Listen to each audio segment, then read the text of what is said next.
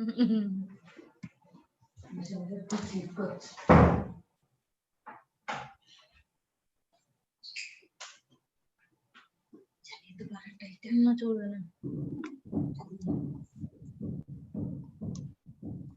here we go. Hello there. Good afternoon, good evening, good morning if you're joining us from overseas. And hello and welcome to the Reshape Tomorrow Retail CEO Roundtable brought to you by the Economic Times and by IBM. Thank you all for joining us today. It's really great to have this chat here today. We're looking forward to some great insights. We'll chat with the top leaders of the retail industry in India. And the subject we'll discuss is From Mayhem to Momentum, Retail Beyond 2020. I'm Alokesh Bhattacharya. I'm senior editor of the Economic Times. I'm joined by my colleague Suchetna. Hello, everyone. I'm Suchetna Ray. I'm Senior Assistant Editor with the Economic Times, and it gives me immense pleasure to welcome all of you to today's discussion. It has been a rough few months for the world's fifth largest retail destination, but things seem to be looking up now. Is it for real or is it temporary? How can we make it permanent? And now these are some of the very critical questions for the industry and for the Indian economy.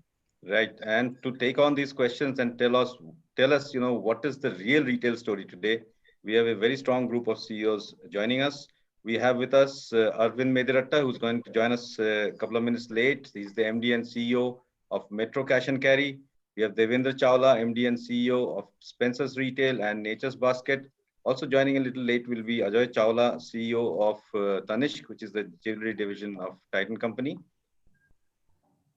And we have with us Joe Kuruvilla, CEO Lifestyle Business Raymond, K. Venkatramani, MD and CEO Health and Glow, Pratik Pota, CEO and whole-time director Jubilant Foodworks, Abhishek Ganguly, MD Puma India and Southeast Asia. And finally, we have with us Sandeep Patel, is the managing director of IBM India and South Asia. That's as wide a panel as you can get within an industry, right? It's quite phenomenal to get such a huge spread. It's great. So we'll just paint a little bit of context. The retail industry, as we all know, it's very big, very, very big. And anything that hits this industry really hits the country's economy.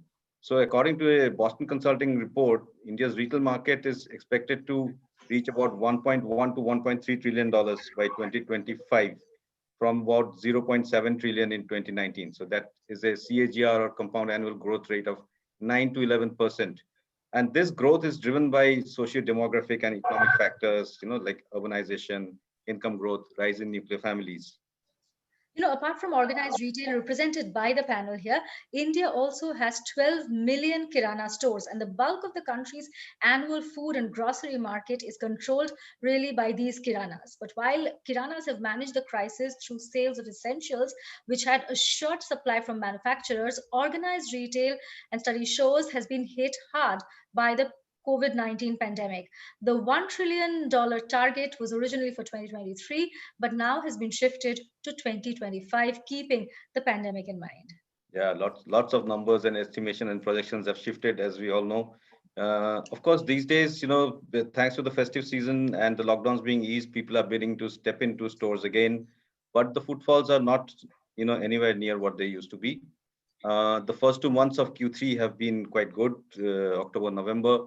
But how should we read these numbers? Is the growth here to stay? Will it rise further?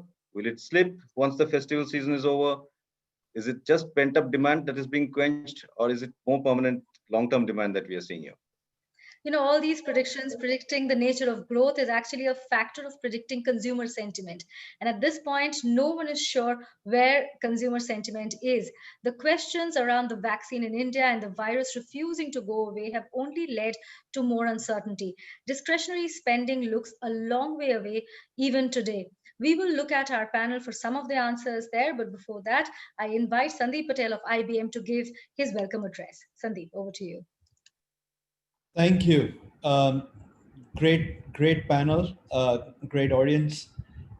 So look, I just wanted to provide a little bit of both a global perspective and a little bit of perspective on the ground. The COVID-19 pandemic has resulted in more Indian enterprises turning to a hybrid cloud model. According to a recent IBM Institute of Business Value study called Digital Acceleration, businesses in the top 10% of technology adoption in the retail sector, they outperformed their peers by almost 16 percentage points on revenue growth during the pandemic. And earlier we were talking about sort of the notion of how uh, in-store and online is also working as pretty much of a hybrid operating model that we are seeing around us. In today's environment, flexibility and security has emerged as key business imperatives, and Indian enterprises need the ability to match workloads to the best environment. Retailers are capitalizing the hybrid model to enhance the shopping experience and meeting the changing consumer expectations both for online shopping and physical stores. And this is a mix, I think, that will continue to evolve as we move into the new normal. Revitalizing customer engagement is another big focus area. Big data and artificial intelligence are helping to deliver omni-channel marketing messages and offering a tailored experience to the customer base. The ability for retail and consumer products companies to respond to market trends at scale stems from efficiency, insight, and transparency. The focus, therefore, is on strengthening and reinventing the entire supply chain. We've been working with several retail companies, both locally and globally, to support their digital transformation journeys, right from complete infrastructure management to the application modernization to new e commerce omni-channel platform development by leveraging our technology and domain expertise. We are also, and I think this is a fundamentally new phenomenon that we are seeing in this new digital ecosystems that are forming around us, is the creation of new business models and therefore new revenue streams and profit pools that are opening up. So we've been working with clients to create new revenue streams for them, accelerate their speed to market, and design personalized and superior customer experiences. And customer experience actually does take on a new meaning in the more and more digitally pervasive world that we live in. So we have, everyone today is starting to become, a very sophisticated digital consumer. And in that, it's not the experience of, how others in your own industry are giving them that digital experience. It's the last best experience that they had online is what determines and sets the benchmark for what they are expecting from anyone who they are interacting with in the digital world. So I'll just give you a few examples, which I think will hopefully illustrate this point. So Aditya Birla Fashion Retail, they teamed with us to transform their IT infrastructure.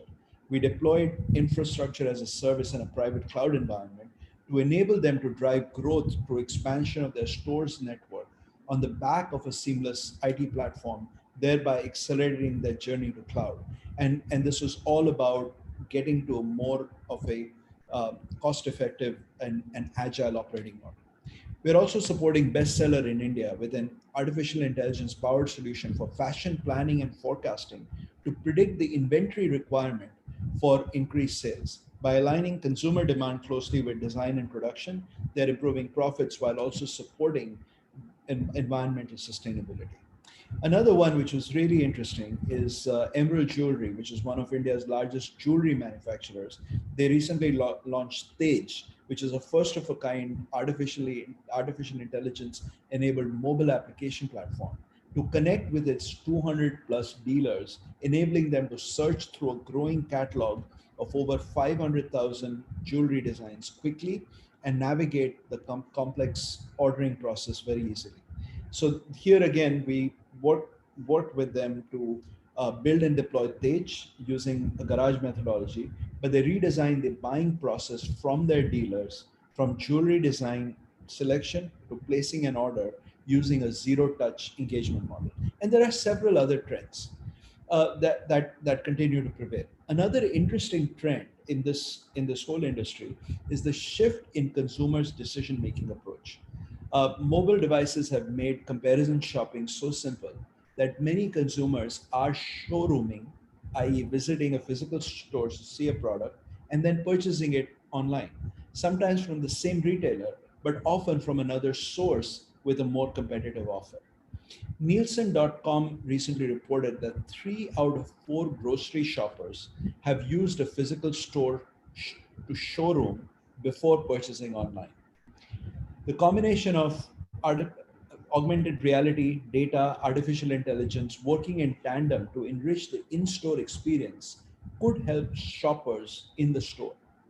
Artificial intelligence powered augmented reality can assist sales associate to help or even become a consumer's personal shopping assistant, offering information such as features, ratings, or ingredients and special incentives to close the sale. Recent research that, again, we conducted through our Institute for Business Value tested the consumer's appetite for AR assisted shopping experiences. Of the nearly 19,000 consumers that were surveyed worldwide, almost half of the Generation Z, Millennials, and Generation X say that although they haven't yet used AR to shop, they would like the chance to try it. So as we march into 2021, we will witness these trends and again in a very accelerated manner. And these trends will gain acceleration with greater adoption of technologies like hybrid cloud, artificial intelligence, intelligent automation, data analytics, blockchain, Internet of Things, and more. There will be a greater thrust on strengthening the security framework because in the digital world, security all gains a lot more importance as we move forward. So I look forward to gathering more insights during the panel discussions. Over to you, Alokesh. Thank you. Thank you, Sandeep. And in fact, it's quite interesting that people are going to a store to see and then shopping online. That's exactly the opposite of what we have, come to see these days. And I'm really excited with this panel, because I remember I had done a cover story on retail for a computer magazine in the year 2002. Yeah, and at that time, the initial impacts of technology was being seen in the retail industry, and it was a really big story. It was a 24-page kind of package across multiple aspects. It was fantastic. I mean, I'm saying it myself, even though I wrote it. Anyway, it was still very good. Okay, so now what we'll do is we'll quickly. Arvind has joined us, right? Okay, I just saw him for a while, and then I Yes, can't yes. see. Yeah, Arvind, hi. Welcome, Arvind, from Metro Cash and Carry. Before we get into the discussion, what we'll do is we'll quickly take a look at some findings from a survey that we have conducted. The survey was conducted as part of this project. It was conducted by ET and by Kantar, the leading research agency. And we found quite a few interesting insights across multiple industries. So right now, what I'll show you are some slides from that study. Allow me to share my screen.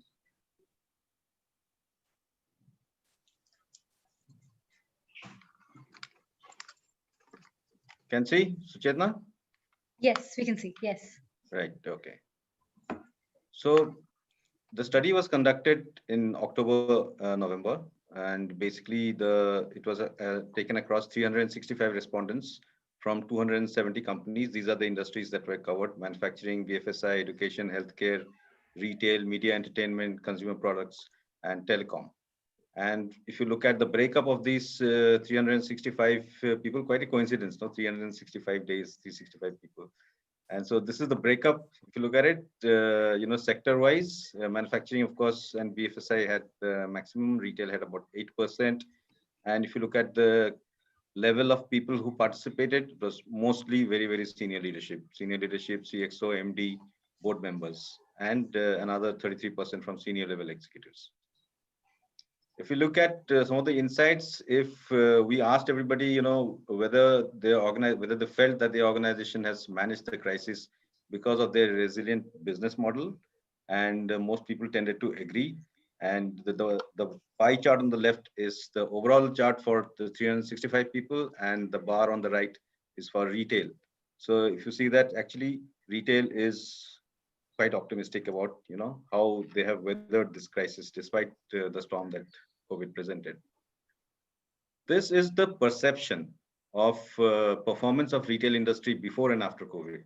So this is the October, December 2019, the green pie, in terms of how well retail was doing at that time, in the Q3 of the previous fiscal, right? And everybody felt it was doing very, very good. A very low person, maybe only just 7% felt it was doing very bad, which I find it very difficult to understand how. And this is the performance since March. YTD. So if you look at that, the picture is completely reversed. Completely reversed.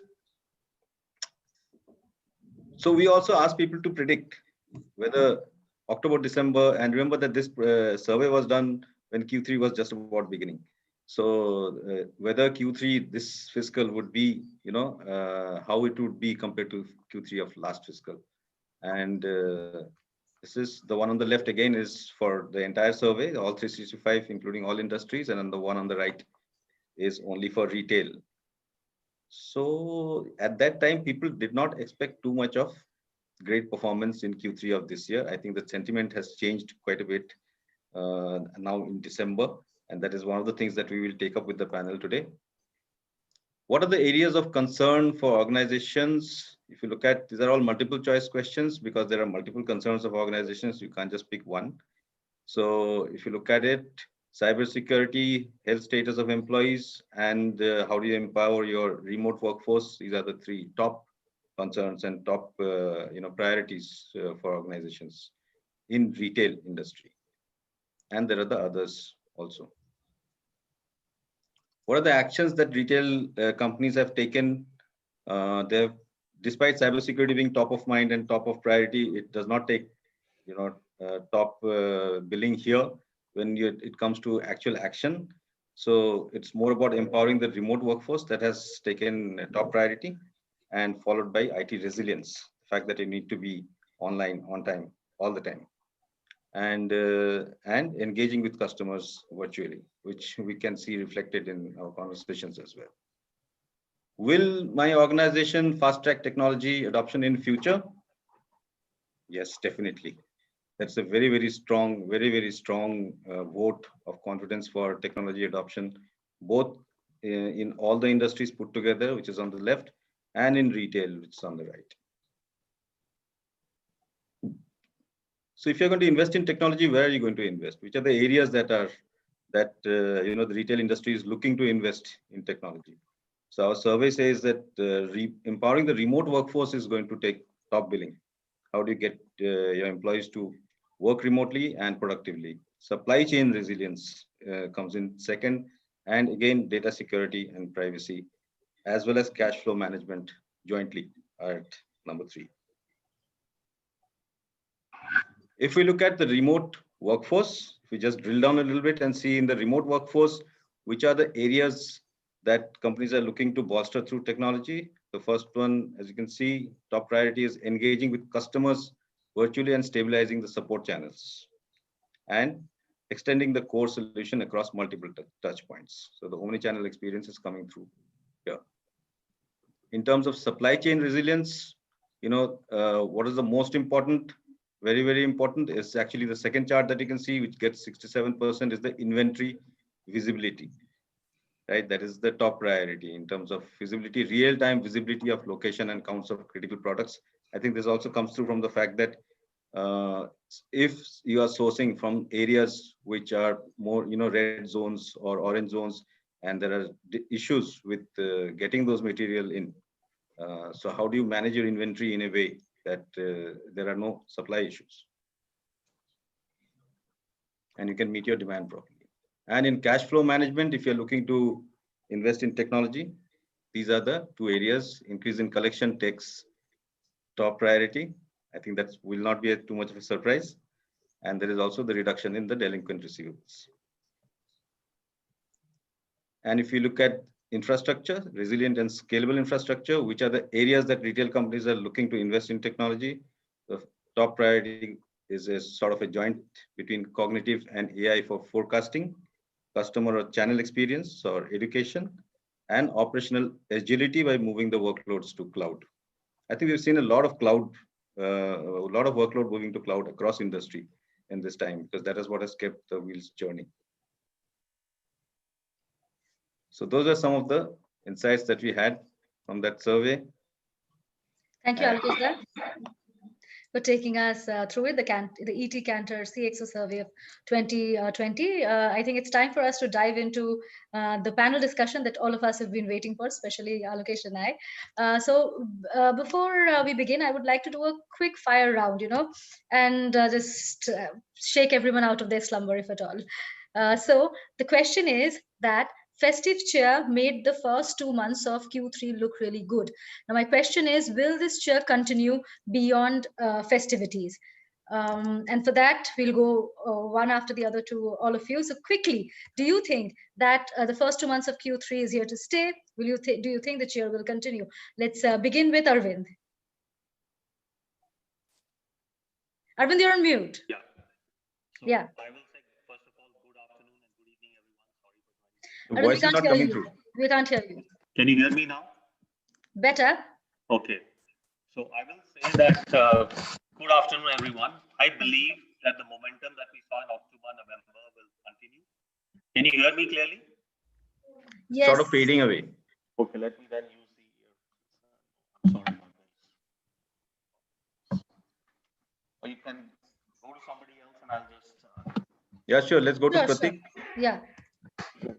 Pratik? I think certainly the momentum that we've seen in the last couple of months, we expect that to sustain, and we expect that to, if anything, improve going forward. I think the real question, however, is not of the next quarter. The real question that we ought to be debating at some point of time is about the next 2 to 3 years. And we firmly believe that this is an inflection point, and we will see a pre-COVID, post-COVID growth phase. More of that later. Okay, we'll go to Arvind now. Let's see whether we... If you look at the last 17 days of performance that we have seen, Arvind, we really can't hear you. I think I can hear you very clearly. Can you hear me now? Can you hear I'd me like now? to say no, but we can't. Okay. Okay, we'll in the meantime go to Devendra Chawla. Your input, sir. You see? So very similar views as the panel is echoing. I think last 2 months have been by far the better recovery in the last 7-8 months. And I believe slowly but surely, not like with a bang, but slowly but surely it should continue to recover. Definitely in grocery, we believe in the next couple of months, it should absolutely stabilize. Non-food just might take a little more time as more people come out, especially apparel. Okay.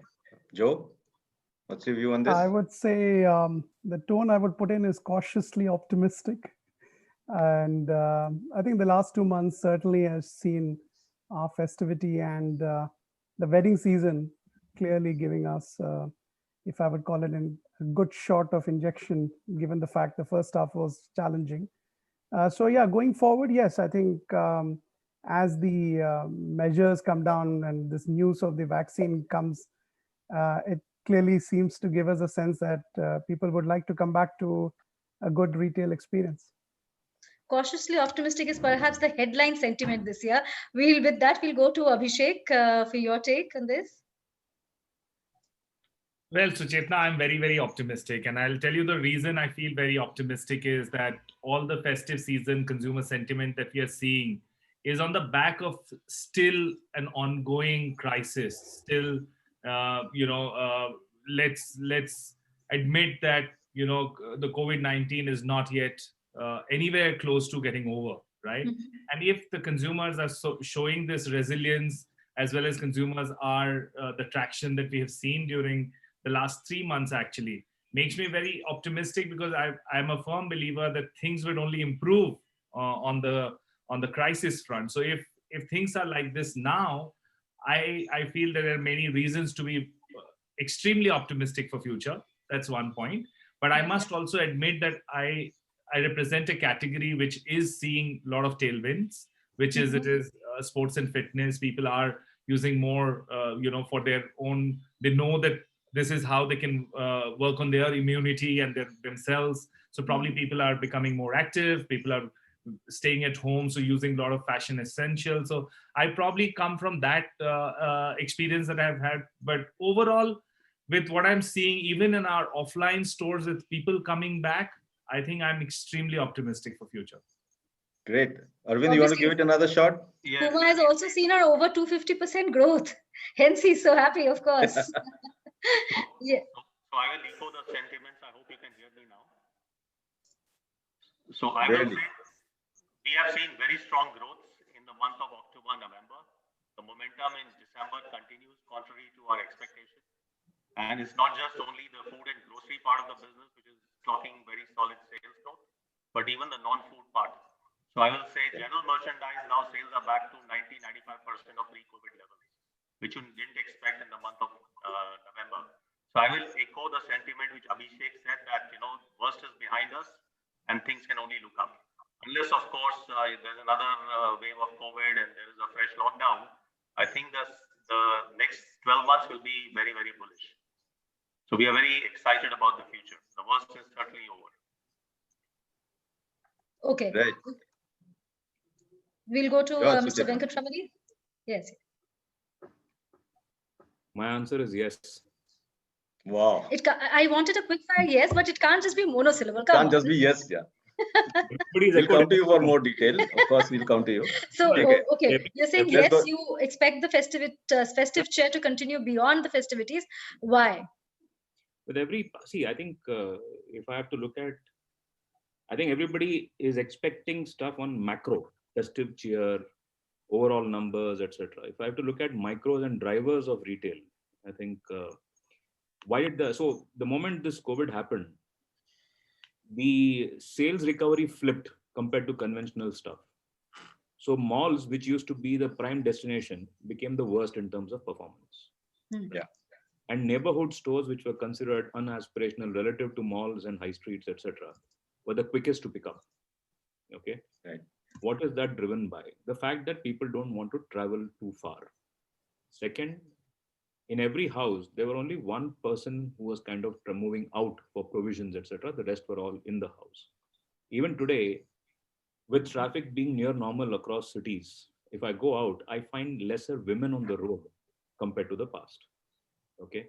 So even today, I think in most houses, and this is more anecdotal as opposed to researched, but I think the lady of the house is possibly being more cautious for the family than the man.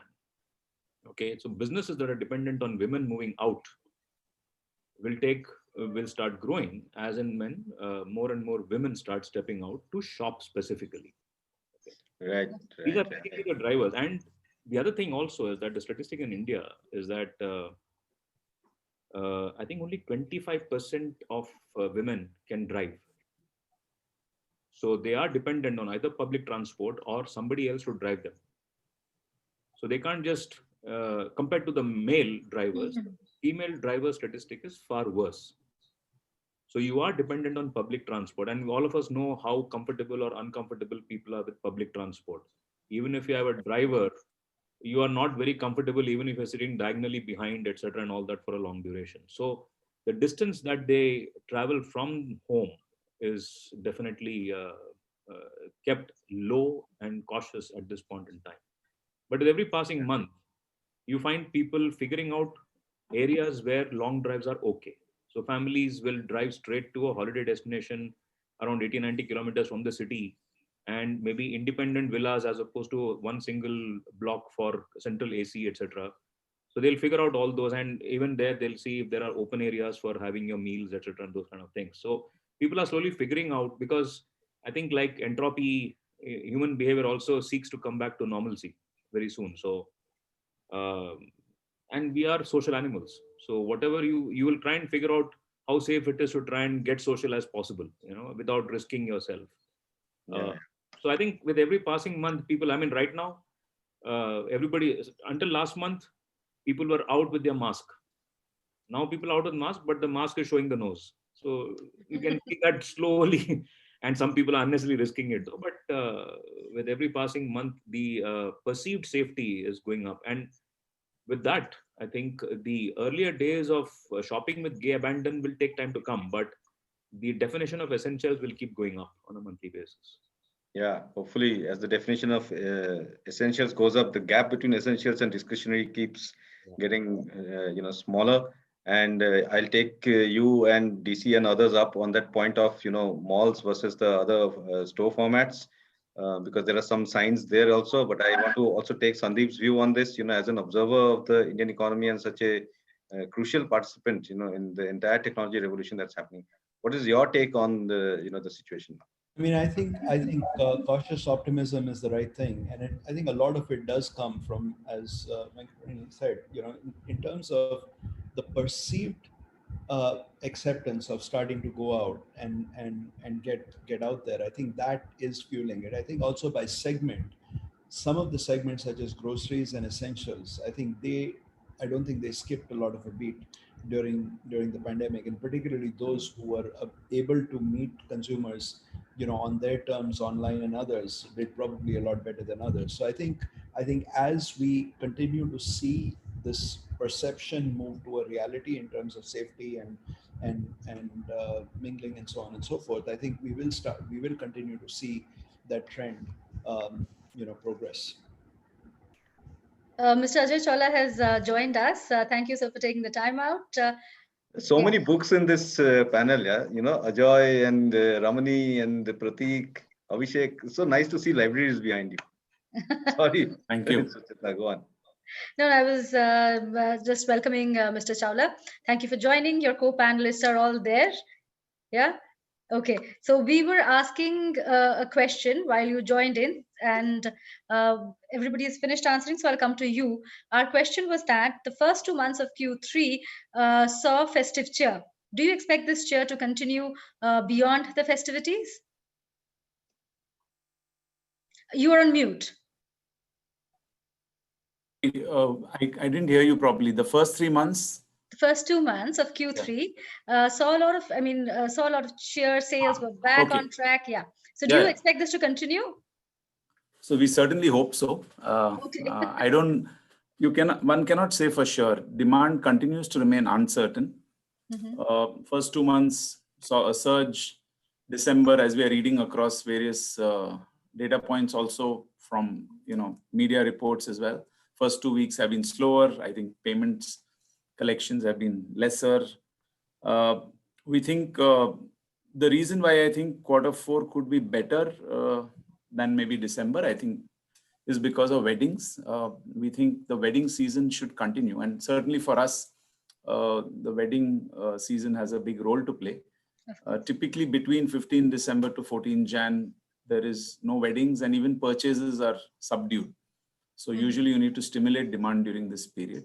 So we think Q4 with better weddings should, and I think things are getting better. So far, the metros have been lagging behind the smaller towns. So smaller towns continue to do well. Metros should catch up much better during this Q4. Fantastic. So yeah, I'm hopeful, but we cannot be sure. We still remain alert to uncertainties in demand, and we have to kind of live with this for some more time, I think. So you are part of the popular phrase, cautiously optimistic? Maybe, yes. Okay. Great. As a journalist, it's my job to be skeptical. So one of the things that I get paid to be skeptical. So I'll just put some skepticism in here. And, one of the things I noticed is that in the UK, there is a new strain of coronavirus that seems to be spreading faster than anything that we have seen so far. And they're going into lockdown again. So, you never know what's around the corner. But let's keep hoping, that the things remain as they are and they keep getting better. But to take this point forward, if you're going to see that, if you all feel that, you're cautiously optimistic and you feel festive season, well, it has done good, you want this thing to continue and you expect it to continue. Ojay even said that even Q4 is going to be better than Q3, in your expectations. Better than Q3, better than December? I would say, since ours is a seasonal business, I wouldn't look at it sequentially. I would look at growth or recovery over previous year, same quarter. So we expect certainly Q4 to be same or better than in terms of growth or recovery perspectives vis-a-vis last year. Right. So Q3, if Q3 has seen a certain growth, then Q4 growth should be as much or better is my is my punt. Yeah, that's fantastic. Not too many companies can, now I'm beginning to, doubt my own words when I'm saying that not too many companies are expecting that. But I can see a lot of hope around this table. So my next point to you is, and this is an open question to the entire panel, whoever wants to pick it up, and let's have a nice discussion around this. If you are thinking that one thing is to hope and wait that, yeah, things will probably carry on in the same vein and the growth chart will keep moving up. The other thing is to actually proactively try and influence that through initiative and through strategy and through different means to try and see how can you actually sustain this growth. You're already seeing growth indicators, but how are you strategizing from moving this growth to on a faster track? So who wants to take it first? What's your strategy for faster growth? I can start off. Sure. Sure. So you're right. I think the way we followed the last few months and quarters has been set while we have a budget and we have some forecast, which we did in the beginning of the year or at the end of quarter 1. We've started saying, okay, irrespective of all that, can we set an aspirational goal for the quarter or even for the month as we come across? So, and then go back and say, how do we build our building blocks around that? So for us, for example, studded jewelry is one building block, diamond studded jewelry, which is typically gives us a lot better gross margins. Number of customers is lesser, but it gives you value and gross margin. Weddings is another building block. Core, let's say, plain gold core daily wear products is another building block. So we try to build building blocks along those lines. And then we also build building blocks around new customers, repeat customers, dormant customers. People with birthdays and anniversary. Within the repeat, we have information of a lot of people who have birthdays and anniversaries coming up. We also have information on the golden harvest accounts, which will mature, etc. So we call this the Tanishq operating rhythm, in which we build this building block. So what we are pushing for very aggressively in quarter 4, we are taking a bet on is weddings for sure, where we think there's going to be a much larger swing on that. And we are preparing for that in terms of inventory, products, campaigns, including we've launched an enabler program called Riva Ashirwad, which is a short-term, you can build up, it's like an advance purchase scheme in which you can save up and then get a certain off after that. So that's one big building block we are betting on. We are also betting big on studded because usually in quarter 4, we run the diamond activation every year, typically Jan-Feb. And we are seeing good traction momentum. In the month of December, for example, it is the plain gold buyer which has kind of gone a little slower. And we believe it may be because of gold prices, outlook, etc. They may be thinking it will come down further, etc. Or also that customer is more the traditional customer waiting for 14 Jan, etc. to start off. So we are chasing strongly weddings and studded in a big way in quarter 4.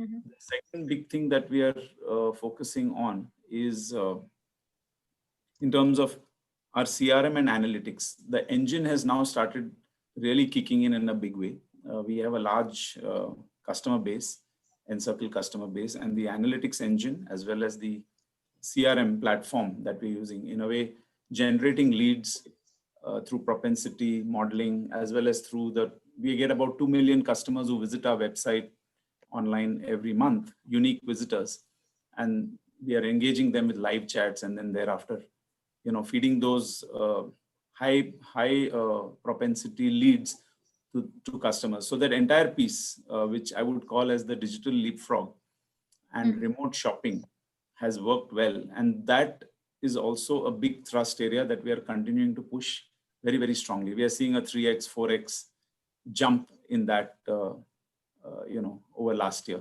And that's another engine that we are betting big on. And of course, our network expansion will continue. So quite a few stores which have opened in quarter 3 and quarter 4 will also kick in. So these are the 4 big thrust areas for us to feel more confident. And our belief is that we are unlikely to go into lockdown. I think Europe and US, maybe US less so, Europe more so, is going into that. They can afford to go into lockdowns. I think Germany is already gone aggressively. I'm not sure if as a country we can afford to do that. So we will have to manage it a little more smartly. And thankfully, as of now, it looks like the second wave is not something which, by the time the second wave timing may come, we may be out of winter, etc. And vaccination, etc. should be in. So hopefully we could skip the second wave if we are lucky. Right. Yeah. But that's a lot of hope. Yes, exactly. But hope is something that is very contagious, and we can see a lot of it on this table. I'll come to Devendra.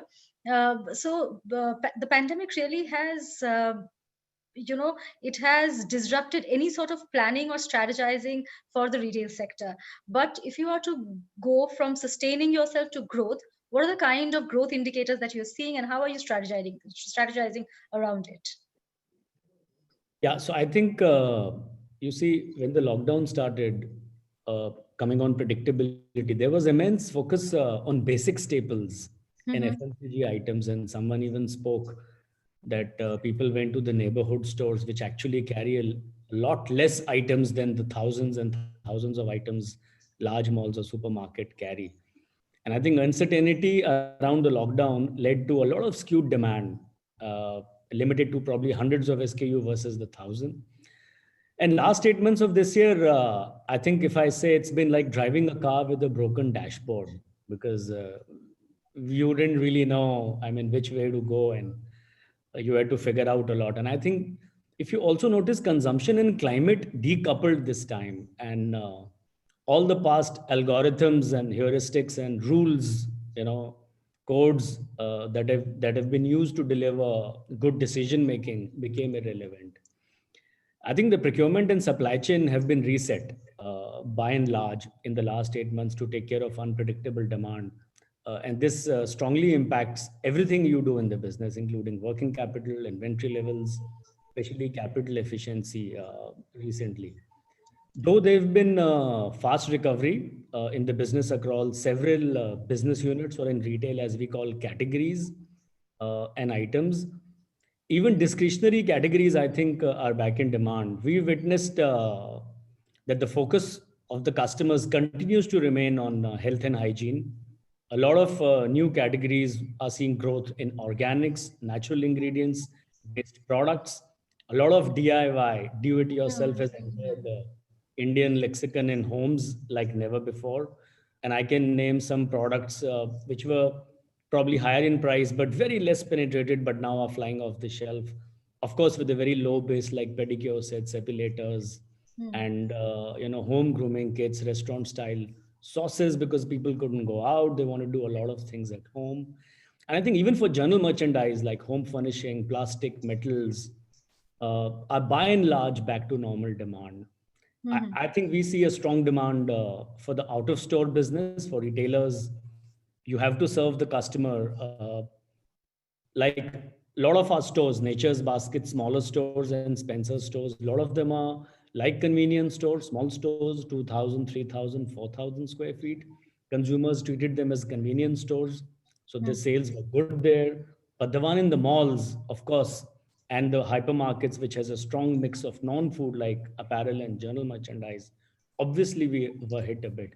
So I think you have to convert the business model and be where the customer is. For us, we've coined it as an out-of-store business. So more focus on the app, home delivery, working with the RWAs, resident welfare associations, and a large part of the business, or I would say pre-pandemic, whatever was a minuscule single digit, a large part of the business now comes from us serving the customers even at home. And now predictability is coming back a bit, definitely, and it has totally redefined supply chains. And you, in fact, Spencer's, I noticed that you've also tied up with a lot of these delivery companies, right, to have stuff delivered to customers' home. I think about 12 of them you have tied up with. Yeah, so Alokesh, for that I can go back in the past. So this actually, see, obviously none of us have seen a challenge like this. And day one, when the lockdown got announced, the biggest challenge in front of everybody was that, of course, a lot of people stopped to come out, and you had to go and deliver. The delivery business went up, and how do you create an infrastructure? A lot of Workers had gone back to villages. You can't just hire overnight. You can't even step out of your home to meet people or interview people. And you're talking of a demand which goes up multiple times to deliver at home. So I think the moment the lockdown got announced, we witnessed multifold growth in online sales. And while we were technically always an omni-channel company, the sales coming from the app was a minuscule low single-digit number. And the immediate challenge was to build capacity of deliveries, because that was a bottleneck, the last mile logistics capacity creation. So we reached out, while you've mentioned 12, and absolutely, but I'll give one interesting example. We reached out to Uber. Uber, of course, drivers did not have demand because people weren't going out. So they needed business. It was about livelihood for them, and we needed that capacity. So we tied up with Uber, spoke to the ratio office overnight. The teams worked, took printout, scanned, signed. It was a proper legal MOU signed within 48 hours, and we had like 1,000 cars of Uber delivering. We had to teach them how to make contactless deliveries. First day, our staff went with them. And in fact, it is actually very interesting. If you see, you always learn something new. On a bike, you can carry 2 orders on a motorcycle or a bike, and you can make 7 to 8 trips from a store or from a warehouse to a customer. You could make 16 to 15 deliveries in a day. But in a car, you could keep something in the dicky, many bags on the back seat. You could make actually 8 to 10 deliveries into 3 trips, 30 trips. And even if you pay, let's say, I'm just making it up, not the real numbers, 1,000 rupees or 1,200 rupees for taking a car on hire for the day, and you divide by the number of orders, actually the unit economics work out and you can make thousands of deliveries. So I think, yeah, that was a challenge. And we used, of course, support of the ecosystem. And I'm a big believer that I think the future belongs to companies which can create ecosystem partnerships, especially in the digital era. To go all on your own and do everything on your own, I think you can't have the capability. So I think this Uber lesson and the other 12 have come in very handy for us. That's very interesting because, I remember that Domino's started serving, giving around other companies stuff along with their own, right? Pratik, if I'm not mistaken, that the companies tied up with you just like they tied up with Uber, and the Domino scooters were going around delivering people. So they're not delivering people, but delivering stuff to people. Yeah, you're absolutely right. When the pandemic hit and there was complete lockdown everywhere, I think our first priority was to reopen stores. And as we began reopening stores, we realized that our customers, the communities, would have loved to get a pizza, but what they needed even more was essentials. And we had this infrastructure, we had this fleet of delivery manpower, we had the stores. So we reached out to ITC, reached out to Amul and various other companies. And we actually had our riders deliver dal, chawal, atta, doodh, dahi, ghee, all of these stuff, chini, chai, etc., etc. It did 2 things, of course. Actually 3 things. It ensured that we gave service to our customers and the communities at no cost, no delivery charges, nothing. And that, of course, brought us closer to the customers. Number 1. Number 2, it served to energize our employees because suddenly they felt they were part of a larger purpose. They were serving communities, serving customers, not just delivering what was seen to be non-essential product like a pizza then. And the third thing it did for us was that it got the entire brand together much more strongly with customers. So it served the community, it served the brand, and it served our employees. So it did really well for us. But if I may go back, Alokesh, to Suchetna's question on the growth, I think that's a really important question. And I think the critical thing is to recognize that the contours of growth that we will see and that we need to work towards would be very different from what we saw in the past. So I'll give you our example at Domino's and at Jubilant. What was not so well known is that about 1/3 of our business pre-COVID came from dine-in, customers going to our restaurants and eating there. We are seen to be a delivery brand largely, but 1/3 of our business did come from dine-in, and that vanished overnight.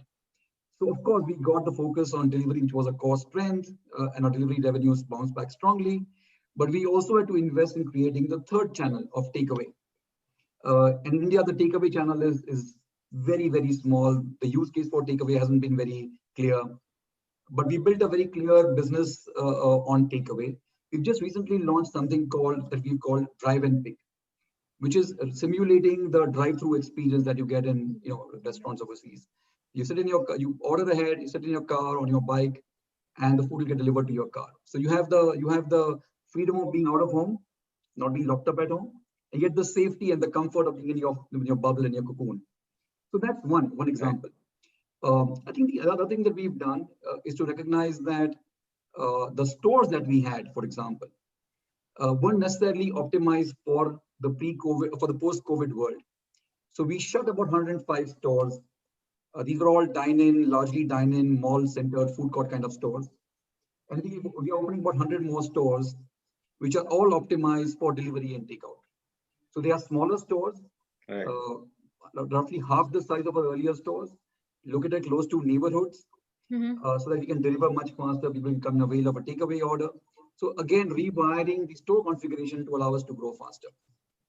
I think the third thing we did was to ensure that, and it was very tempting to not do that, but we kept up our investment behind our brand. So actually during the COVID period, two worst hit quarters, we doubled our marketing spends, our digital marketing spends was the same time last year. We were very, very tempted to take out the brand marketing costs and have it flow into the P&L. P&L was very stressed, as you can imagine, in those days. Yeah. But we actually kept up a dialogue with our customers, and our performance marketing spends doubled. We had a record number of app downloads, and the revenue contribution from our own assets, from our own brand assets, shot up dramatically. The fourth thing is that we recognized that this was a moment in time. We recognize and we believe that post-COVID, we will see a structural change in our business, in our industry. You'll see a much larger share of the organized sector. We see the formation of big brands. India is a very shallow QSR market, very, very shallow. This is going to be the market making phase. We believe very strongly that we have an opportunity of expanding our portfolio and getting into new cuisines. So pre-COVID last year, we had launched a brand called Hong's Kitchen, a Chinese brand. We've just launched, in fact, earlier this week, a brand of biryani called Ekdum. And of course, that's going to be Ekdum, biryanis, kebabs, etc.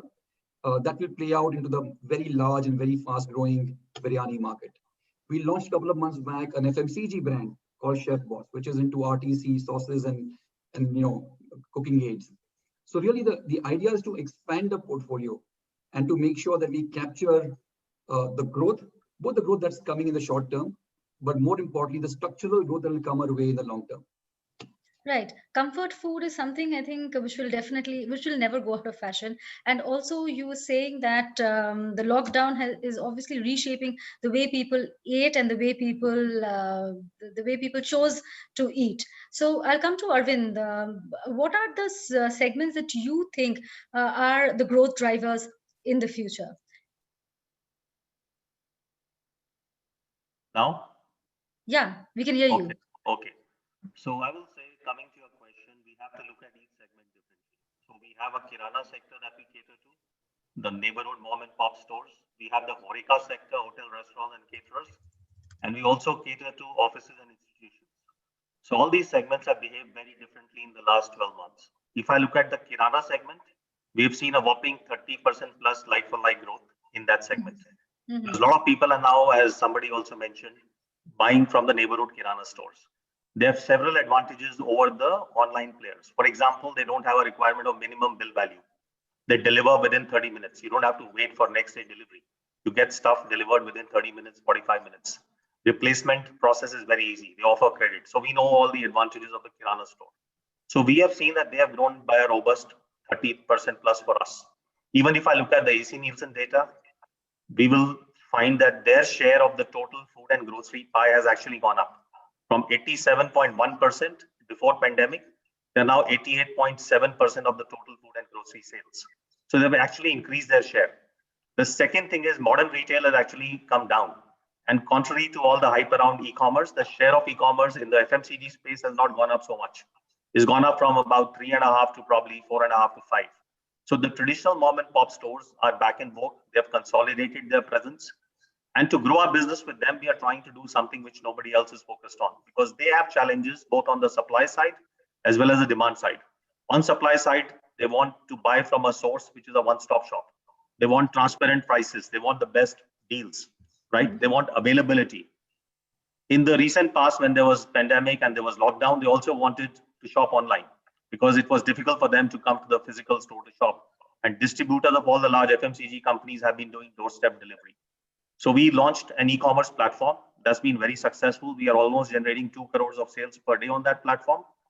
And we are finding behavior. Again, contrary to the perception that this is the end of physical brick and mortar stores, we find that people exhibit hybrid behavior. So once a week, they want to come to a large metro store and shop. They want to talk to people. They want to enrich their knowledge. They want to get information about, sometimes advisory services which we offer. If they have a peculiar problem in their neighborhood, a DMart store has opened or something has opened, their sales are impacted. So we are the McKinsey and Bain equivalent for them. But at the same time, we are finding that, after 8 o'clock, they suddenly go on the app, the e-commerce platform. They start looking at the prices, the assortment, and they start placing a lot of orders between 8 p.m. and 8 a.m. the next morning. Now, we were not getting that sale in the past. That sale was going to our competitors or it was going to the distributors. So our share of wallet with Kiranas has actually gone up, which has led to this 35% growth. The other interesting thing is delivery, as I think is quite logical, as share of total business has gone up. Now, we are not just interested in growth, we talk about profitable growth. So we have to look at how do you make delivery business profitable? Because right now in the market, we have big giants who are offering free delivery, right? There are people offering free credit. We don't do that because these things are not conducive to long-term sustainable profit growth. So we then have to optimize the route plans. We have to offer them something which nobody else is doing.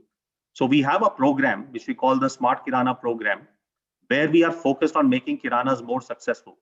And success for a Kirana is defined in terms of 3 things: higher sales, higher profits, and better cash flows.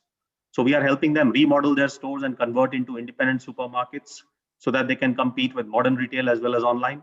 We get them special offers so that they can sell well below MRP, because the era of selling at MRP is over. We help them with data analytics so that they can do customized offers for their customers. They're also getting a lot of orders from their customers now on WhatsApp. They even have a small B2C app through which their customers can order with them. So we are seeing that Kirana customers are also evolving their business model. They're becoming omni-channel. And when you look at the food and grocery space, you have to look at B2B to B2C ecosystem. That's what will make somebody win in this space. Now, coming to the hospitality sector, it's a fact that people have stopped dining out. Even delivery is happening from, reputed brands like Domino's. I'm sure Prateek will be very happy to hear that. Or a McDonald's or a Burger King. They're not ordering from a lot of these neighborhood family restaurants, which were quite popular in the good old days, because they are concerned about whether they follow all the COVID safety measures or not. So what we have done is we have taken a high ground on quality. Our differentiator versus everybody else, whether it's chicken or meat or fish or seafood, even commodities, is we stand for quality and we stand for great prices. So as Prateek was mentioning earlier, we also upped our advertising campaign. First time we went on TV. We've gone very aggressive on OTT and online. And we have a campaign which is all about 5-star quality at wholesale prices. And we have seen that has led to us very, very strong double-digit like-for-like growth in the customer base. And these are, customers which we refer to as SOHOs, small offices. Because a lot of people are working from home. We were doing big business with large offices. An Infosys campus, the caterer was buying from us. But now we are catering to people who have their own small business because they have a service registration, a lawyer or a doctor, chartered accountant. They have an office. So they end up coming to us. We are offering quality. They prefer quality because a lot of times now you want to make sure the food that you consume is absolutely safe. And then we are also doing a lot of stuff around loyalty, whether it's for Kiranas or whether it's for these small or home offices customers. Loyalty programs have to be tailor-made to make sure you're getting more out of those customers. So we have a program, we have partners through which we offer a lot of discounts, not just only on our products, but for example, we give them a package free on OTT channels. They can get free subscription on Gaana.com or Z5, etc.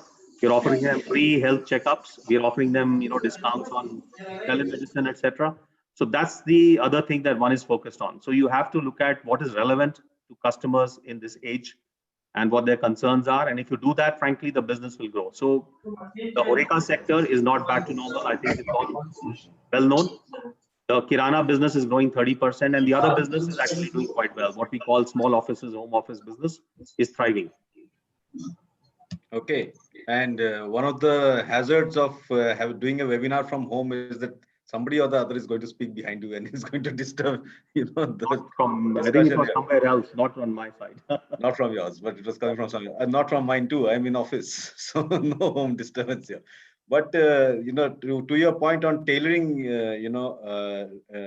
solutions for people, I'll come to the tailor of India, right, Joe from Raymond, and I don't know how I've been seeing Raymond since when I was young, and I'm of course not so old now, but when I was young, I've been seeing Raymond, and but your business, Joe, is very, very, physical, right? Somebody needs to get the outfit fitted, to come and do the measurements, and it's very touch and feel kind of, to touch the cloth and get the seam right and all.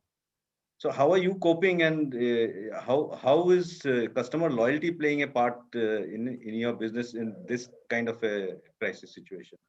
How are you tapping into that for growth? No, great. I think great question, Alokesh. I think clearly being the tailor of the country, I think clearly the cloth really has been cut a bit short, in the last few months. But having said that, and I kind of echo the sentiments which was expressed, by Ajoy. Ajoy is in the very adjacent industry there on jewelry. So I think I completely echo those sentiments, Ajoy. And we haven't met before, but clearly we should connect. Weddings has really been a big, huge, plus for us. India is a country of big fat weddings, even though the weddings have gone a bit leaner in the last few months because of the lockdown restrictions. I think the weddings continue to be something which is very much a part of the Indian fabric. And I think that's really where we have sold a majority of our fabric in those occasions. Plus, I think Diwali, has been a big one for us. I think the festivity, whatever said and done, just has picked up the sentiments of the people. And there was a bit of a word which was used, which was vengeance spending. I don't know what that meant, but clearly people came out in droves during the time. And spent with a vengeance. Yeah, exactly. There it is. But having said that, I think a lot of credit I must give to the frontline teams for us, especially on our sales team. And why I say that is because a lot of our customers actually were walk-in customers. And I think we, of course, brought in a lot of web-based appointments, WhatsApp, catalog shopping, QR coding on window shops, concierge service. In fact, there was a sales guy who came from Ludhiana and traveled about 20 kilometers to a household to actually go and show the swatches from our shop. And actually the guy went on to buy a humongous amount of stock because he hadn't bought fabrics and clothes for almost about 6 months. Sales through video calls, I think that became a big, huge thing. One of the things we discovered was this relationship that our franchisee stores have with our customers. We have a very strong CRM, close to about 8 million consumers that we have on our database. And that's something which really, as someone just mentioned, was really a big reservoir of our revenues in these lean months. So I think that was one element. The second element was that we actually, given the COVID circumstances, realized there could be innovations even on fabrics and not just on FMCG, where we could actually talk about virus safety. So we actually brought in a fabric called a Virus Save, which was actually endorsed by quite a few international organizations, where we actually brought in the fact that if you actually want to be safe, even though you're outside, you could actually wear the Raymond fabric. Not only are you a complete man, but you're also the safe man. And that kind of took off. And we had a bit of a conservative estimate on that particular collection, but it just took off. And in fact, we are doing really well on that Virus Save proposition. And I just believe that that's something which gave us a feeling that if you're going to be relevant in terms of these COVID times, even in a category like fabrics, you actually would be able to drive quite a bit of growth in because of the equity that the brand has actually enjoyed over these years. And I think last but not the least, I think it's one more thing element was we took a hard look at our operations, whether it was to do with our inventory management, whether it was to do with our collections. We really took a very hard look to become what I would call a much more nimbler, a more agile organization as we enter into our Q4, which gives us a lot of confidence that not only is it important to engage with our consumers, I think Prateek talked about the investments on brands, but it's also important to invest behind the fact that you need to have a very strong backend to be really much more nimble and agile in the coming scenario, especially given the fact the omni-channel is no longer a bit of a dream that all of us had a few years ago. And I think my mantra to the team was really about the fact that, we are not operating in 2020, 2021. We are actually operating in 2025 because this particular COVID has actually, kind of speed tracked the entire environment 5 years ahead. So Joe, as you leapfrog into 2025, do you want to not add to your tagline about completing the Indian woman and complementing the Indian woman, or do you want to continue with completing the man? I think it's a very good question. That's something which is an internal debate always. I think our current, thinking is that there is a lot we can make the man of India today much more complete. And I think that that's the stable of our brands which are very positioned on taking on that segment. It's only about the men's segment. It's only about 25 to 30% of the market, and it's growing at about 10%. I think clearly there is a huge headspace, even in the men's segment, to grow. So yes, but we are very much open to looking at other bespoke segments. suiting for women. Yes, why not? Absolutely. Yes, I'll come to Abhishek. This research shows me that during this festive season, you grew at over 250%. Brand loyalty, focus on fitness, athleisure as a fashion statement. What do you attribute it to, and how sustainable is this growth? Well, I think first and foremost, from a category perspective, there's been a lot of tailwinds. Clearly, with people taking to fitness, working out. Also, the fact that fashion essentials, or how we define what we have as fashion essentials, actually moved. If you see people staying indoors, they're using more track pants, shorts, t-shirts, sweat jackets, than people probably wearing formals, and that's a real phenomena. And it's not just a phenomena driven by COVID. That's a phenomena that we are seeing today. There is, even before COVID, airport look was very athleisure. And I would say in a lot of ways, the COVID is getting informality in work environment. And that is driving our sports leisure business. So there has definitely been, let's account a lot of this growth to the category, the category thrust. And the second, I would say, a lot of it is, in India, you're successful in a business if you operate it right. We can talk a lot of things in boardrooms and in webinars. At the end of the day, all of us as leaders know it is the successful execution of the business which works. So in a lot of ways, I think what we have been able to focus in the company is to change the mindset and the culture of the organization, and then tune it and retune it to a large extent. We firmly always believe that what got us to a certain place will not keep us to that place, right? And I think that mindset has really helped during COVID, because the COVID threw all the normal ways of working and all the strategies out of gear, right? It was about nimbleness, agility, and all using adoption of technology and all of this that we are talking about. But at the heart of all of this is, how do you steer organization culture which focuses on what the consumer needs, and does the organization have the ability to keep pivoting every time? And this pivot does not only mean omni-channel, moving online, offline to online. I would go back to it, it is a lot about mindset. And I think we need to always keep this mindset going, which I think has a lot to do with our success overall as a company, but very specifically post-COVID, our recouping of business has a lot to do with that. You're on mute, No, Alok. Okay, I'm on Can mute. can I Right. keep can I telling chip everyone. in? Sure. Can I Yeah, Sure. You know, Abhishek Ramani, after touched you. upon. Sorry, I'll just take a ahead. minute. I think Abhishek touched upon a very important piece, which resonated with me, and I'm sure it does for most of us. I think tuning the organization culture. So in our case, for example, we set out a theme called Fitter, Faster, Stronger Together. To kind of align the organization towards it. So it could be digital, it could be omni, it could be remote shopping, a host of things that we spoke, product innovation, tweaking it all over again. So how do we become fit, which could also be war on waste, on costs, capital.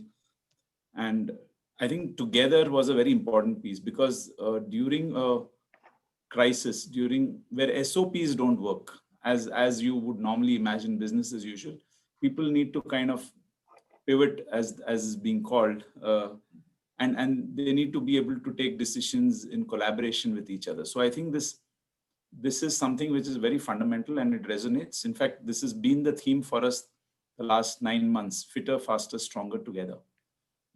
So just wanted to add. Fantastic. Great. And Ramani, I'll take you up on the point of rise in discretionary spend that DC was talking about. That, because a lot of your product line is in the discretionary area, right? But even though during this period, you did come through with a lot of the PPE kits and stuff that were essential at this time, masks and all. Do you see your business also reflecting what DC was saying, that is there really a rise in that you see in your discretionary product sales, and the positivity that you spoke about initially? How are you planning to keep that going? So I think clearly I think all of us have witnessed this balance between essentials and discretionary through this period. And with every passing month, the discretionary categories have picked. If I have to give an example, I think makeups, cosmetics completely tanked until June.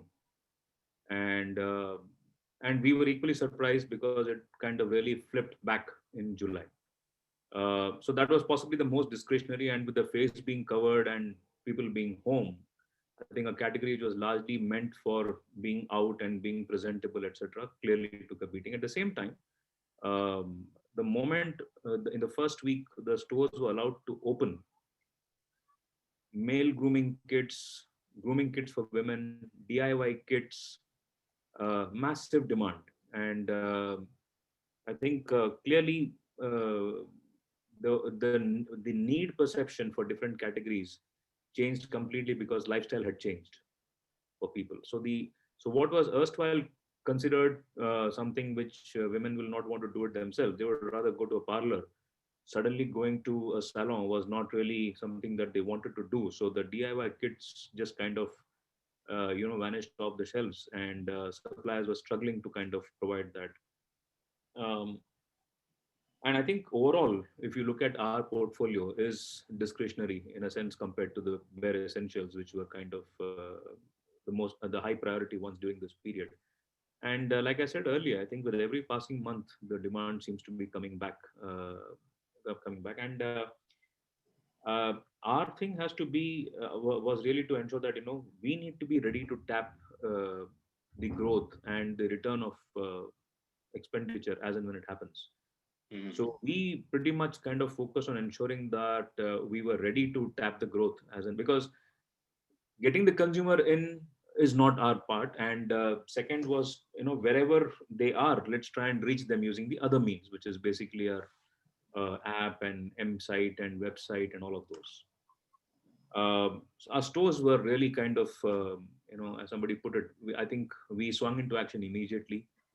We were doing a daily track of our employees across the country and really kind of ensuring that people are safe. That was the biggest priority. And we quickly put in place in-store protocols. I think most of us did, for employees as well as for the customers. And we ensured that safety was paramount, because where the demand had actually crashed, a couple of customers or transactions didn't really matter. But what mattered was, in a time where knowledge was half-baked, it was important to ensure that everybody was safe, and they had access because people didn't know what to do in case somebody was testing positive. So we had helplines in, plus for the first maybe 7 or 8 people who kind of tested positive and came back, we had a round table so that the rest of the organization could kind of really understand how to take care of themselves, etc. And what are the quick questions, what are the uncertainties, how did people deal with them, and all of that. And I think slowly and steadily, I think I must give it to the resilience of our frontliners. I think they've been amazing. I think there are times when I would walk into a store during that time, because it was not fair just to kind of open the store and for us to sit while we were busy from home. But we made it a point to get to stores also and see if things were okay, were protocols being followed, were people safe, and all of that. And I think they were doing a marvelous job. And I think I love history, but I'm not a great history student. But I would rather, twist something that was said sometime during World War II. I would actually dare say that possibly never in history have so many people done so much with very little. I think unprecedented times. And even when we found resources scarce, we said, it is important to ensure that people are not out of a job. We will share the pain. And I think in those circumstances, for people to be ready to have any opportunity that came their way was, I think, something that we said we'll be ready for. The moment we went into stores were shut down, our IT team, which was kind of, we're a small setup. So our IT team, which usually divides its time between, the ongoing operational stuff versus development one, there was no ongoing operational stuff, right? So they swung into development stuff, and within a month, something that was pending for long, we had finished a different scale of retail workforce automation. Somebody said RW, and that's the popular definition in Delhi. But for us, it was retail workforce automation. We automated a lot of processes, which, in my opinion, should have been done earlier. But we kind of accelerated a lot of that. While we are automated, it's not that we are a manual operation, but I think there was a next level of automation that we could do, such that you really cut down on a lot of time that people spend in the back end. And I think those people really swung into action, and within a month's time, we kind of ensured that whatever time our people were spending on the floor was front end oriented as opposed to back end. Because earlier we had a larger number of people on the floor, but given the social distancing protocol, we couldn't even have so many people. So for us, the challenge going forward is that we have brought down the number of people in the store in line with the space that we have. And going forward, the same workforce needs to drive higher sales. So how do we get ready for that, using processes, using other support mechanisms, etc., using automated endless aisles and those kind of things.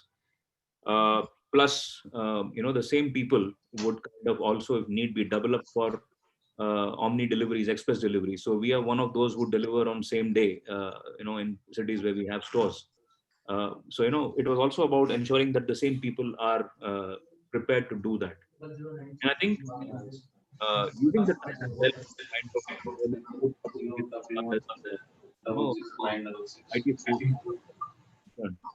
and at the same time getting other prepared from when ramping up our business operations.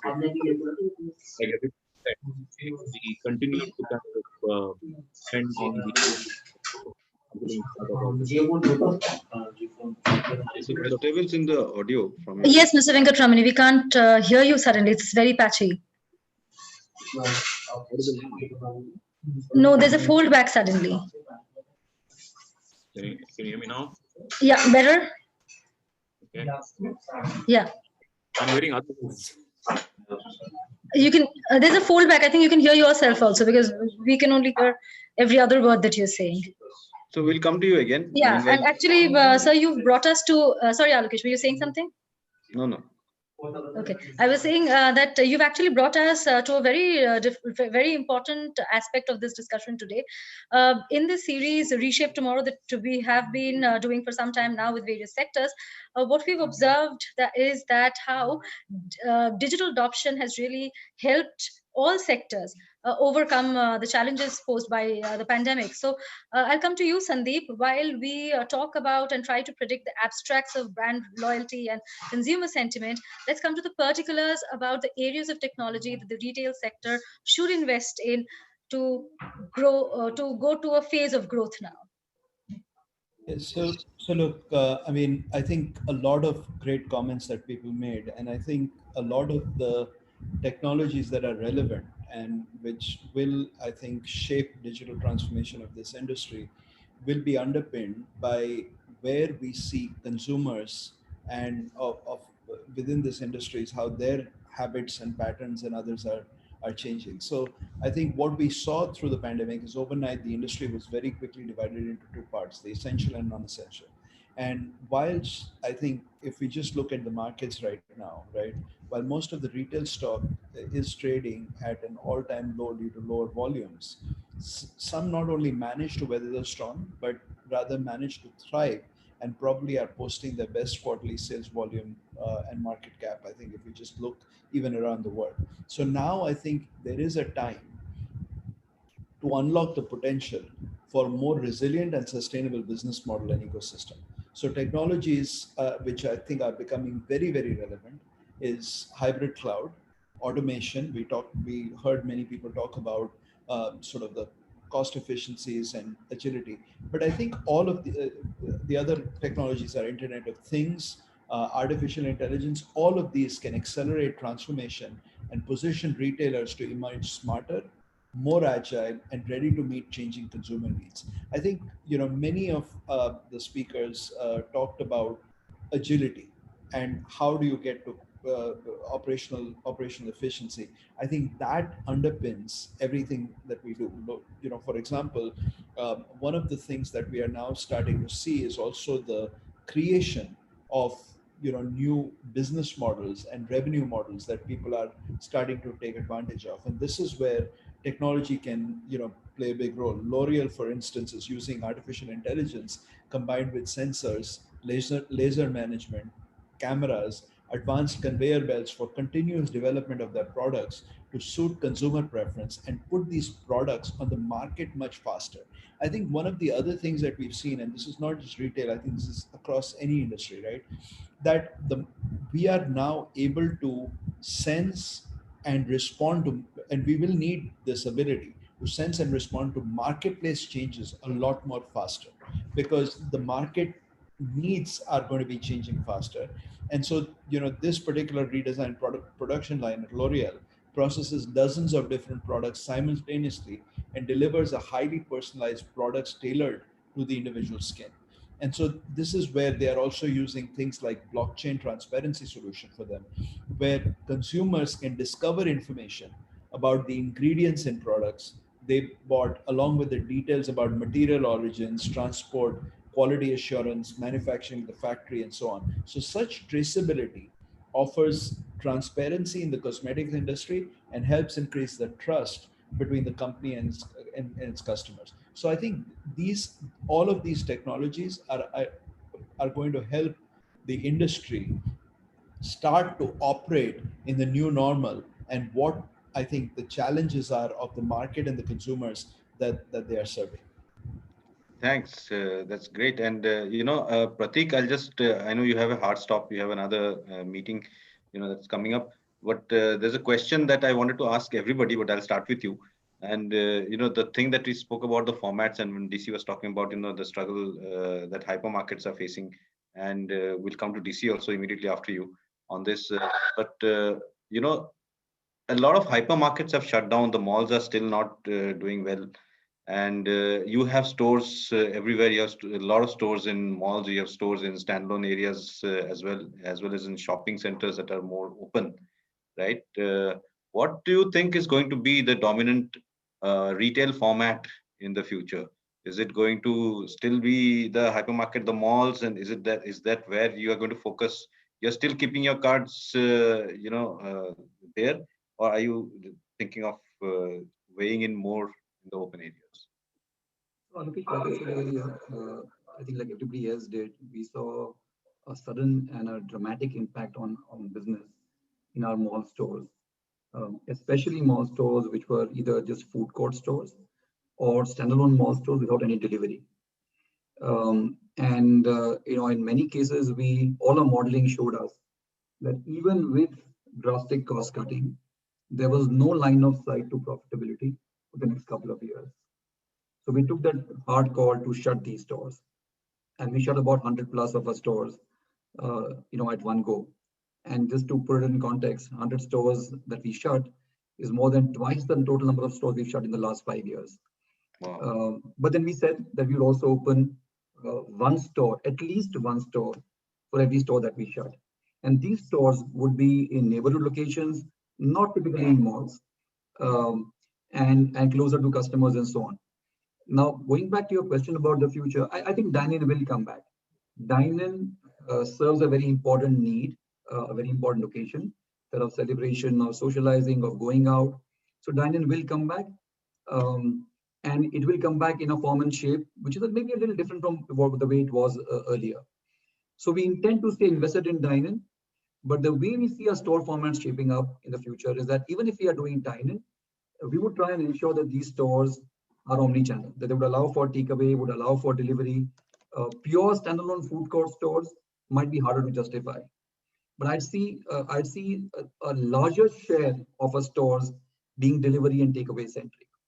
More efficient, tighter, smaller format stores, lower rentals, lower floor plates, neighborhood areas, and therefore high street or neighborhood markets. Less so in malls and in such locations. Right. And Ramani, you wanted to add something? Yeah, I think it's a very interesting piece because I think even pre-COVID, I think the malls used to charge a premium in terms of rentals, and the fundamental basis was that it would get justified by the business that you did. So in a typical mall, you would have a rental being twice that of a high street or a neighborhood store, and there will be a cam, etc., and all of that kind of stuff. That cost gets justified in so long as there is social behavior for people to gravitate from a long distance to that point, and they will kind of buy in plenty, and the economics therefore got justified. But and even before the COVID pandemic hit, somewhere it was testing the limits. Yeah. And I think post the COVID, I think everybody would be really looking at unit economics much more brutally, as opposed to being hopeful, because hope is never a strategy. It's just a temporary phenomenon. And I think people would be taking really well thought through calls going forward and where they open a store and looking at its economics.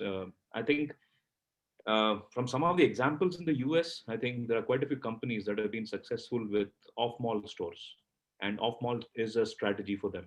Because at the end of the day, if the business doesn't justify the expense in a mall, I think retailers will start taking calls, just like you heard a couple of minutes back. And I think all of us have had this dilemma as to where we should continue, where we should not, depending on how the business will pan out in the future in a couple of these high cost retail locations. So as far as malls are concerned, I think there are two things that it will depend on. One is whether the traffic will return and how far will people travel in future to shop. The second is basically what is the cost of retailing in those kind of locations. And I guess both these will be things that might be at variance. The distance you travel might still come back, but I think the cost of retailing is something that each and every retailer will really scrutinize hard. Right. In fact, DC, I was going to come to you because, my favorite Spencer hypermarket, and I used to always go to Spencer hypermarket. Right. There was one in the Pacific Mall in a place called Koshambi in Delhi. Right. It was a really big one, and I'd go there every month with my family, and I figured that it had shut down. And so it sort of triggered certain alarm bells, apart from the fact that it has hugely inconvenienced my whole family. That now where do we go to shop? Yeah. But are you looking at the hypermarket as something that is not going to work in the future, or is it just a unit-wise decision that this hypermarket is not working at this location at this point? Let's just close it down for now. What is your thinking on the format that you want to go forward with? So I think in the middle, if you see last 6 months, this conversation becomes very important. But let there be no, uncertainty that hypermarkets are here to stay. In fact, as we speak, most of our hypermarkets, the grocery business is back to 100% of pre-COVID, and even the non-food is back to 80 to 90%. So overall basis, it would be around 90-95%. Some of the stores, hypermarkets are actually doing pretty well. See, the whole idea is that April, May, June, people didn't want to go far. So small stores in neighborhood did very well. In fact, uh, I just mentioned Nature's Basket as a whole chain, which from 15 years, from the time it has opened, used to be loss making, actually turned EBITDA positive for the first time in Q1 and Q2 of this financial year. And the same store sales growth was in double digit in the first quarter and positive in the second quarter. Thanks to that being in the neighborhood, being essentials, and selling organic and healthy food, which was the need of the hour. If you come to the Spencer side again, half the stores are small stores which grew. Of course, hypermarket took a small beating in the beginning 3-4 months, but they are absolutely coming back. You are right, Alokesh. There could be one simple answer that this format won't work anymore. I don't think it is as simple as that.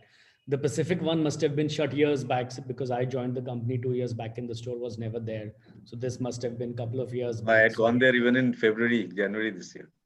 So then it must be somewhere else. It must be some other format because we don't have a store in Delhi. We're in Gurgaon and Noida. And some of the stores which are in high street, even hypermarkets, are doing quite well actually, quite well. And small stores are actually growing. So I think it all depends on which mall you are in.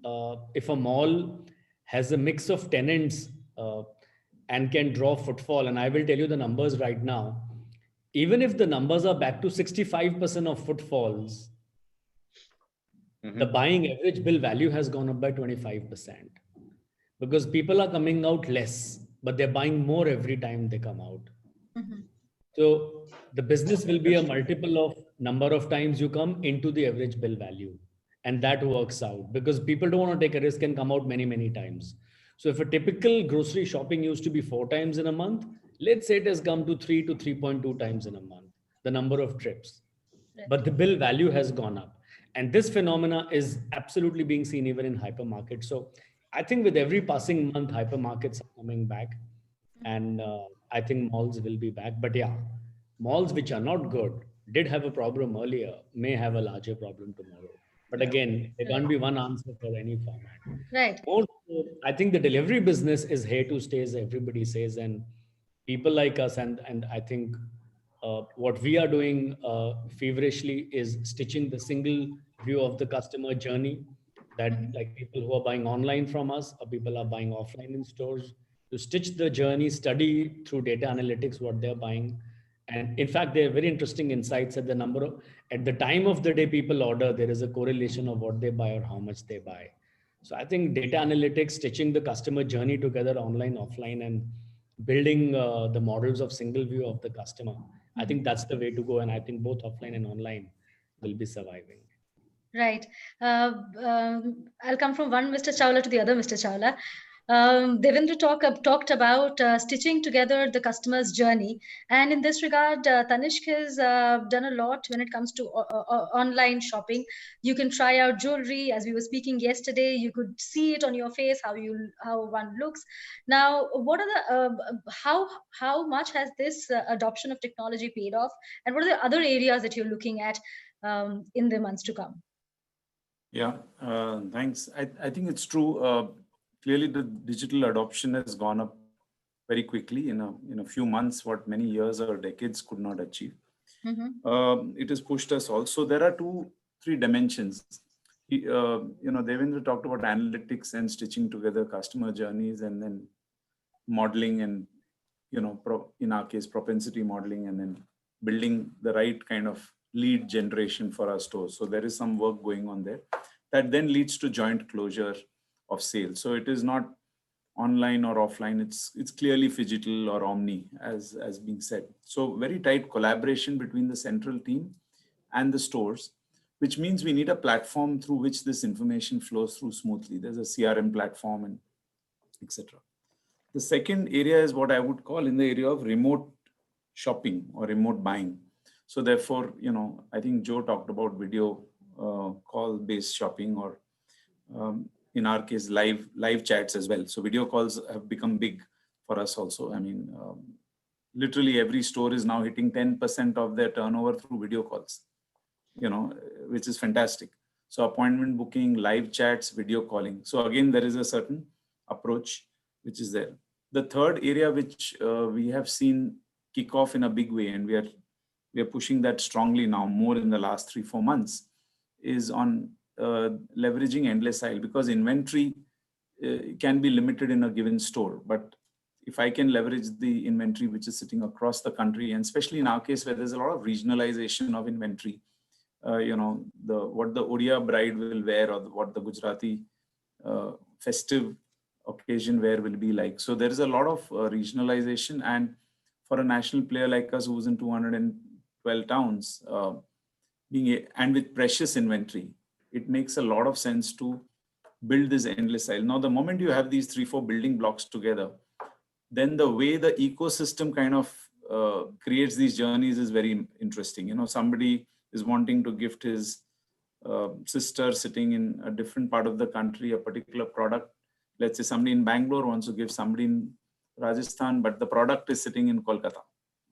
Okay, so how can all these three come together through a unique combination of these technologies? So that's a very interesting piece we are seeing, and that will continue aggressively. In fact, we, besides seeing, I said 3 to 4x of traffic and business on that front, we are seeing this becoming a very large contributor to our entire growth engine.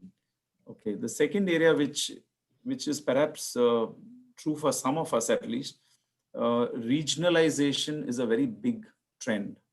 Let me explain. When I say regionalization, we are anyway geared up to dealing with different regional diversity of product requirements and customer behavior and festivals and wedding dates, etc. So we are already configured by 11 regions in the country. So that's one part. But within that, we are seeing certain states and certain towns and certain markets are growing faster, and some others are impacted. When something else is slowing down here, there are pockets of opportunity sitting in other. So the more sophisticated we get in terms of dissecting the geographic segments and then going after them as and when they're ready. So it could be leveraging on a momentum. Say, for example, right now, while a large part of India has gone a little slow, for some reason, Bihar, Jharkhand is freaking out. Okay, there is clearly, while Pune may be slowing down, upcountry Maharashtra is doing well. Now, this could be a function of rural demand, etc. Tamil Nadu continues to rock, while Delhi and Bombay have seen a certain different kind of approach. So the moment you look at regionalization, I think it's very important that we are able to configure ourselves as an organization. One is the tools that you will use. The other is, how do we configure ourselves as an organization to respond in a very agile manner to these opportunities as and when they open up. They may not remain open for long. They may be open for a couple of months. So in June, we saw Bharat markets opening up. So UP, Bihar, Jharkhand, Orissa, and MP, because maybe the pandemic had not yet reached there, etc. So we suddenly saw there's a huge opportunity sitting there. And the very next month, one or two markets actually took a hit. We had to shut something, and somewhere else, something else started taking off. So it requires a nimbleness on product understanding and innovation that is required, maybe localization. So we need to have teams which are kind of empowered, and they can tap into these opportunities. And these are cross-functional teams. There is merchandising, there's marketing, there is retail, including the franchisee or the frontline team which is sitting there. And also there is a customer order team, which is kind of there catering to unique requirements that keep coming up. So these cross-functional teams, or what we would call agile squads, are needed to kind of behave in a very nimble manner. So that's a big thing. I think on the format strategy, for us, what we see is high streets have always been the been the dominant format, at least for jewelry it is, though we do also have about 35 store mall formats. But we are largely destination in some ways in that market. So for us, it's not about format as much as markets. So if we see that there's an opportunity in a given market, we will go ahead and open a store in that town, and that will then attract people from neighboring towns or neighboring catchments as well. So based on the town and catchment, you would decide, is it 4,000 square feet, is it 2,500 square feet, or is it much larger? Typically, we see that we also need to get into modularity. That is, we'll start with 2,500 square feet, but we'll keep the provision for, adding a floor or something like that as business goes up. So in 3 to 4 years, we know that we'll run out of space. So ultimately, it's a function of revenue per square foot, which I'm sure all retailers would look at. That drives the format strategy. Right. In fact, we have gone past 5:30 already by 10 minutes. So, but there is one important question that I wanted to ask, and I'll ask that of Joe and Abhishek. And, we did speak about inventory management initially, which is linked to the supply chain, which saw a lot of shock. But basically, the conventional cash flow cycle for retailers has also been disrupted, right, by this pandemic that has come to us. So how are you managing that, and what is your strategy for inventory? How has it changed since pre-COVID times? Joe first, and Abhishek. Sure.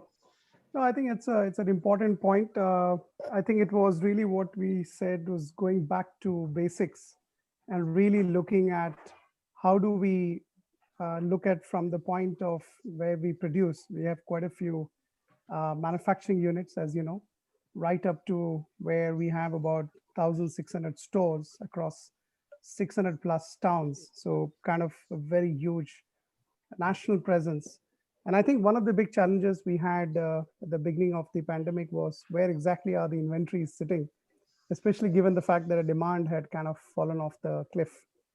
So I think that was one element which we definitely were challenged. Second was obviously about, we really went on to brass tacks around cost. And I think there were a few thoughts which the panel shared, which was around stores which were unprofitable. I think Devendra mentioned it. Before the pandemic, continued to be unprofitable after, and that was an opportunity we took.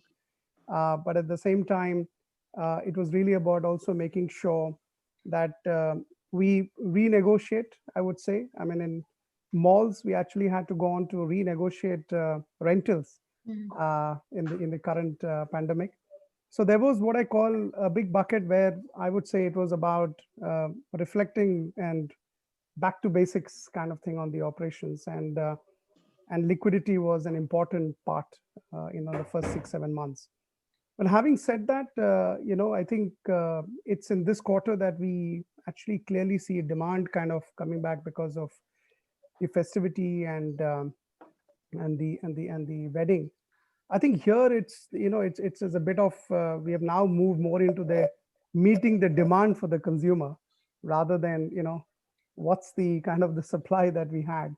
And I think that's really where again is a big transition that we're making, where there are inventories in the first few quarters that we had. How do you actually almost now make it relevant for the current quarter, and how do you pivot into a new set of inventory, especially in the apparel side of our business, where we had just a couple of seasons that we used to actually plan for. Now actually we are moving into with our new capability that we have acquired, we actually looking at how do we move into a 3 to 4 season kind of a demand prediction going forward. So I think somewhere down the line, the whole pandemic has taught us to be a lot more conscientious, if I would call it, on cost. But at the same time, actually has given us a lot of clear paths and routes on which we can actually change the way we have our processes and systems, especially around inventory management, where I think someone mentioned it, a unified point of view, of our customer, right? And I think somewhere down the line, those are the elements which we are quickly picking up in order for us to be ready for what I believe will be the new normal. So yes, the crisis has taught us quite a few things, but I think is probably going to make us much more resilient, especially in this industry. Thanks. Right. Abhishek? Hey, it's been a while. You want me to speak? I'll try to. I'll try to be brief on this one. See, in fashion business, it's a very long product cycle, right? I mean, we have an industry in which you plan for products 9 to 12 months ahead, from design conceptualization to actually getting it to a store or to a online platform. It's a very long cycle, and that's very, very challenging given the uncertainty. And fashion and retail brands have been planning 6 months at least ahead, where you have to plan how much demand you will have. Very very challenging. I think some of the things that one can do in these cases, other than what Joe mentioned, is to, which is breaking down these cycles, right? Instead of having a longer season, have more regular drops and making a backward integration supply chain planning on that. And I think more importantly, it is about rolling forecasts, right? Sometimes we look at our businesses and we plan our budgets months and months and months ahead. And it's about constantly reviewing your supply chain with every, whatever latest about your business. I think that forecasting becomes very, very critical. And then the other thing is with the backward side of the supply chain, where it is about working with suppliers and raw material providers. It's a lot about getting technology, and it's also a lot about communication. Because today if we are going to a third-party supplier, his business, his manufacturing line, his production line is based on what orders we provide. So a lot about communication and working together with suppliers. It's not an easy one. Look at our business. We launch about 12,000 to 15,000 products a season into sizes. So you can imagine how complicated this is. And I don't want to bore listeners on this one, but what I have realized during the pandemic, if one has to take a message out, is planning, and whether it is demand planning or supply planning, is not at all a back-end function like a lot of us would think. It is actually a very, very strategic function. And that's probably one of the biggest takeaways I've had during the pandemic. Yeah, thank you very much, Abhishek, for those inputs. We've completely run out of time. Before I go to Sandeep for summing up this great discussion that we've had, I think Venkatramani wants to make a brief point. Yeah, I think both Joe and Abhishek actually have a manufacturing setup. So their inventory approach will be a little different. If you look at retail and multi-brand retail, I think most of us have used this period to flip the inventory model completely. Because I think we've used the cash locked in inventory during this pandemic to really survive and, change the model completely. So the approach will be different depending on whether you're a retailer or whether you have manufacturing attached also. And I think going forward, I don't think retailers will stick to a paid up inventory model. And I think in the process, we've also made it efficient for different manufacturers. We've really brought our inventory down by half. And I think we've also set expectations with manufacturers to be fleet-footed in terms of replenishment going forward. So I think everybody will kind of release the inefficient deployment of capital in inventory going forward and learn to work with lesser inventory and really go more with JIT and make it a reality. And I think, even in tough times, our system kind of was able to quickly gear and shift. I think we could have done it only during this time. While we kept talking about it, I think we used the opportunity to and it was a necessity as well. I think it makes us more efficient. It makes our suppliers and vendors more efficient. So I think a retailer would respond to that a little differently. And I think that part of retail and multi-brand retail specifically would possibly change completely going forward. Right. Sandeep, over to you for So I'm going to try and do this very quick because I think we're way out of time. But yes. I think I picked up a few things and just to summarize them really quickly. One, I think overall cautious optimism, and as access continues to get democratized, I think the notion around essential innovation was, I think, a theme that everyone talked about. I think we had a lot of discussions, and I think everyone touched on this notion of the importance of ecosystem partnerships, particularly in the economy and the digital world that we are all operating in, and how do you work together across these ecosystem partnerships to really drive value. The other point that I think was overall is the hard look at operations. I think everyone talked about hard look at operations, and that was linked to a few things. One, operational efficiency, the pivoting to e-commerce platforms and getting to an agility to sense and respond to market changes faster, and also rewiring themselves for taking advantage of the new business models that were really emerging and pivoting to these new business models. And then finally, I think people talked about the whole notion about pivoting, and pivoting not just from an omni-channel mindset, or not just pivoting to creating new value adds for consumers and being relevant, but also pivoting through a fundamental cultural change that many folks talked about. So I think these were some of the things that I took away. Really an engaging conversation and a lot of value-added insights across the panel members. So I'll close with that. Thank you, Sandeep. Thank you you so much, very much for your for summing up this great discussion. A big thanks from ETSI to IBM for partnering with us in this initiative and allowing us this opportunity. Thank you to all the panelists, Joe, Ajoy, Abhishek, Ramani, Sandeep, all the others. Thank you to my co-moderator, Suchetna, for doing such a fabulous job. Thank you all very, very much. Thank you to the audience who've been listening to us patiently. Goodbye. Thank you, Anikesh. Thanks, Chetana. Thank you so much. Bye. See you guys. Cheers. Bye.